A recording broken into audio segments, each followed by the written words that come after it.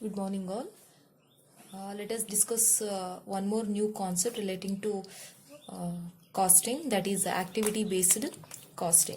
So, before moving to activity based costing concept, we should know what exactly costing is. As I already told you, costing is nothing but the ascertainment of cost of goods and services.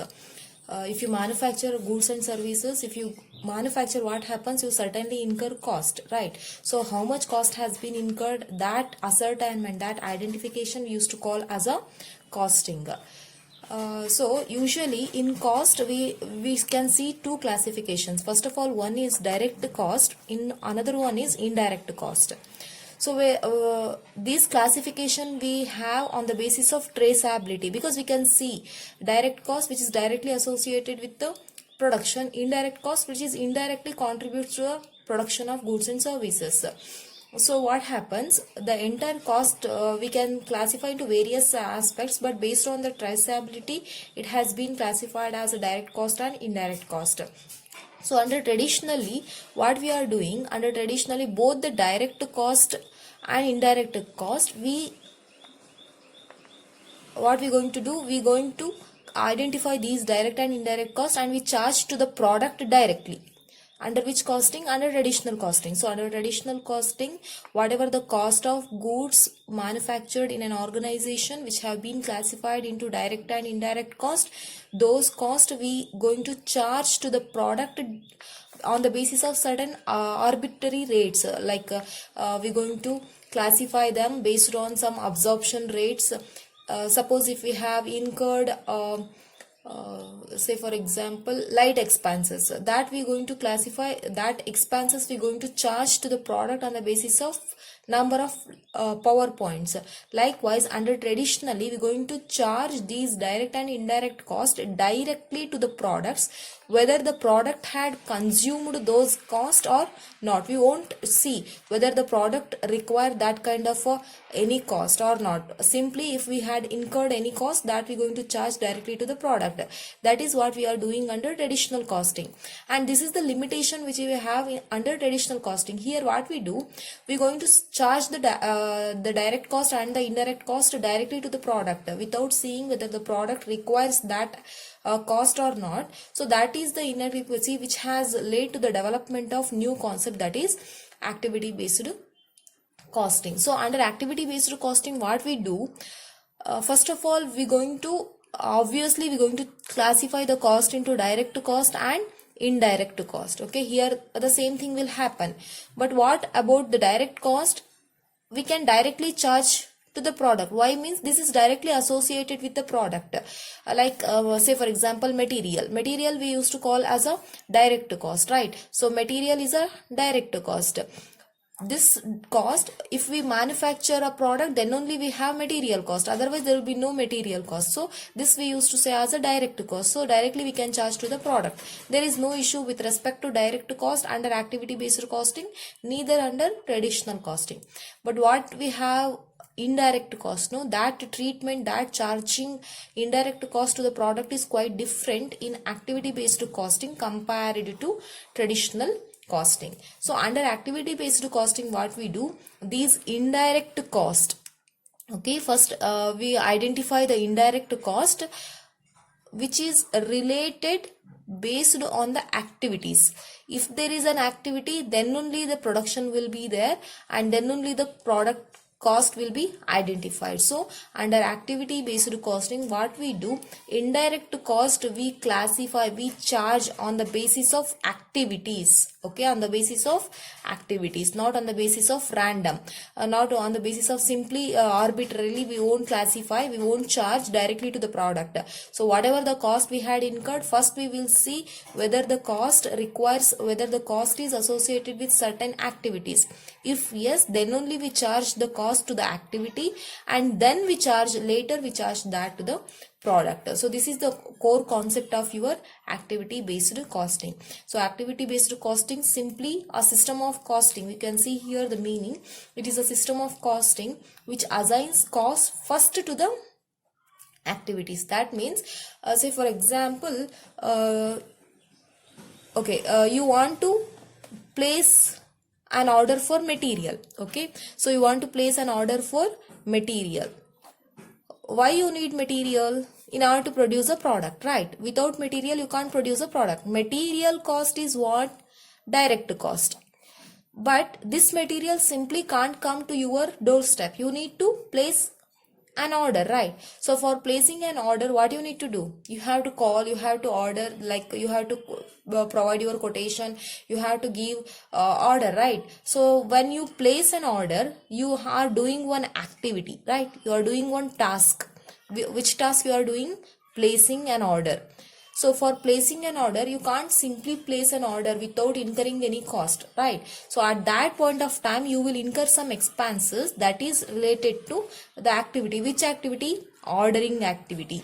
Okay, so ordering and material. If you won't order, there will be no material cost, right? If you order, then only there will be a material cost, ordering material cost, right? So that ordering cost you need to classify based on which activity?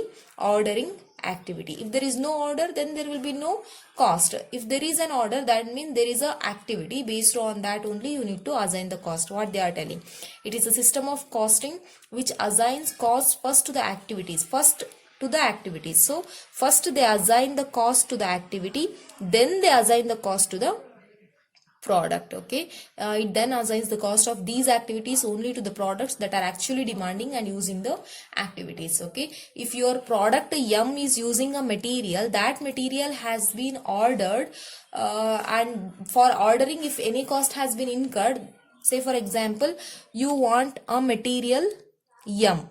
Okay, you want a material, I will write it up here, you want a material M for and X in order to manufacture Q product. So in order to manufacture Q product, you want M material and X material. X material is already there in your company. Your company have X material, okay, but M material is not available, so you need to place an order for M material in the market.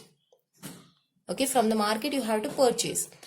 For purchasing M material, in order to manufacture Q product, you need to place an order, right? So how much, say for example 5 kgs of material you want, you need to place an order. So for placing an order, then you need to incur expenditure. Which expenditure? Ordering cost will be there. Ordering cost. This ordering cost you can't simply without this ordering cost, you have to assign first to which material? M material. M material is the one which is having this activity, isn't it? But there is X material which you're not supposed to order it, because you simply have in your own company, so you can use directly this one. Okay, so Q product requires M material and X material. For X material only material cost will be there, but for M material, along with the material cost, what you have? Ordering cost you have. Ordering cost you have. Okay, so these two will be there for M material. So you can't use this ordering cost for X material, because X material is not the one which we are ordering. We are ordering which material? M material. So what you need to do here is, this is what we used to say as a activity based costing. Only you need to assign the cost to the product based on activity. Here the activity is ordering.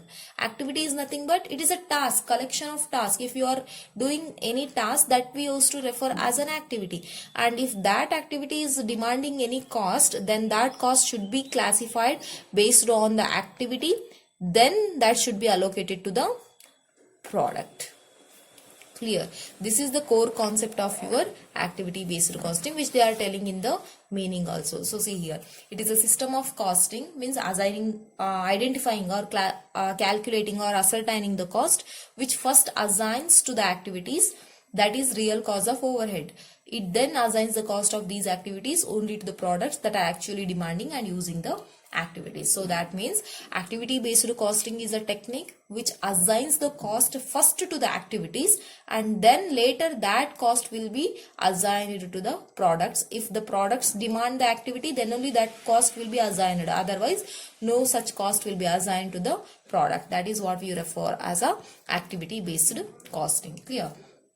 Next, we will see what exactly activities. So, an activity represents an aggregate of closely related tasks. That means activities is nothing but it is a group of related tasks. Say, for example, purchase of raw material. If you want to purchase raw material, then what you need to do, as I said, you need to order for it. Number of orders you have to place, right? So you need to prepare quotation. For preparing quotation, again you need to incur some expenditure, okay? So likewise, this purchase of raw material doesn't have only raw material purchase cost. Along with that, you need to incur some other cost, like you need to invite quotation from the suppliers, you need to receive purchase requisition, you need to gather information regarding, you need that material from purchase department, then you need to prepare quotation, then you need to send that quotation, then you need to select suppliers who are ready to supply the required material according to your quotation requirement, means according to your requirement. If their quotation matches with yours, then you will go with the suppliers. Then material you need to receive, that receiving cost you need to incur, verification should be there, and arrangement of payment of bills, everything will be there. Those are all we used to call as a activities which are associated with the purchase of raw material. So the tasks which are related together, for that we used to say as a activities. So it consists of tasks having a common characteristics, that we used to say as a activities. Okay, next we have one more important terminology you should be aware when you are doing activity based costing, that is cost driver. So cost driver is nothing but the factor which is responsible for change in the cost of an activity. Nothing but cost driver means the factor which influence the cost of an activity. As I said, you ordering cost, you have ordering cost. Okay, so ordering cost, when you have, if you place order, then only there will be a ordering cost, isn't it? So placing an order is an activity, that is the factor which is responsible for ordering cost. If you won't place an order, there will be no ordering cost, right? So this is the factor which influence the cost of activity. If you won't place order, then there will be no ordering cost. If you place order, then there will be only ordering cost. Clear? So that is what we used to say as a cost driver. Cost driver is nothing but the factor which influences the increase or decrease in the cost of an activity. Say one more example I can say, machine cost. Okay, so machine cost, we can give an example for that. Okay, look at here, machine cost. Machine cost depends on how many hours you had run the machine, right? Number of machine hours run. So for how many hours the machine has been run. If there is no machine run, if in your company the machine has not been used, then there will be no machine cost. If you had used a machine for certain hours, then only there will be machine cost. So this number of machine hours is what we used to say as a cost driver. Okay, so this is the activity which is responsible for machine cost. This is the few basic concept which you should be aware before moving to the illustrations. Okay, so activity based costing, we can simply say that it is a costing tool where the cost will be assigned to the product by moving through activities. Okay, first the cost will be assigned to the activities, then to the products. But under traditional costing, what happens, whatever the cost the company incur, that directly that going to be directly charged to the product itself. Okay, without classifying whether that expenditure is related to the product or not. They won't see that one. Okay, and traditionally they simply classify the cost to the and simply classify the cost into direct and indirect, and then they're going to charge that directly to the product. Okay, but what happens at that point of time, it is very difficult to classify whether the product have these sort of a cost or not. Okay, and it become difficult to take actions regarding cost control and cost reduction. Hence activity based costing has been developed. By this activity based costing, this managerial personnel can take decisions regarding cost control and cost reduction. If they classify the entire costing related activities, then they can verify which activity is demanding more cost and which activity demanding less cost, where they need to take measures, ways they can control the cost. Like these sort of decisions they can take with the help of activity based costing. So hence this activity based costing has been developed, where the cost is firstly identified or charged to the activities based on cost driver and then to the products. Okay, this entire theoretical aspects we will see through by using few illustrations. Okay, I hope so you understood the theoretical aspect. Now I am moving to the illustrations, which is very much important for your sake. Okay, right, we will move to the illustration now.